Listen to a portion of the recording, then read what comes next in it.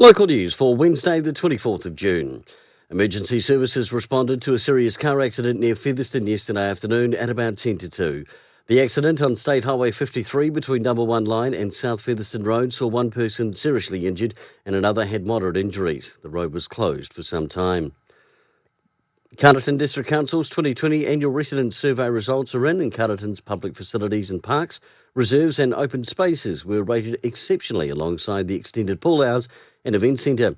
However, overall council satisfaction and value for money were both well down. The offer of 2 years free fees training from the government is a golden opportunity for New Zealanders wanting to get ahead, according to UCOL Chief of Operations Linda Sissons.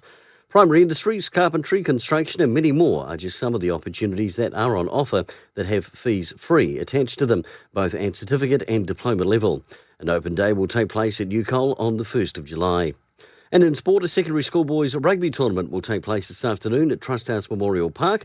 Rathkeale, Makaurau, Kiranui and Wairarapa College will take part and play a selection of 20-minute games commencing at 4:30.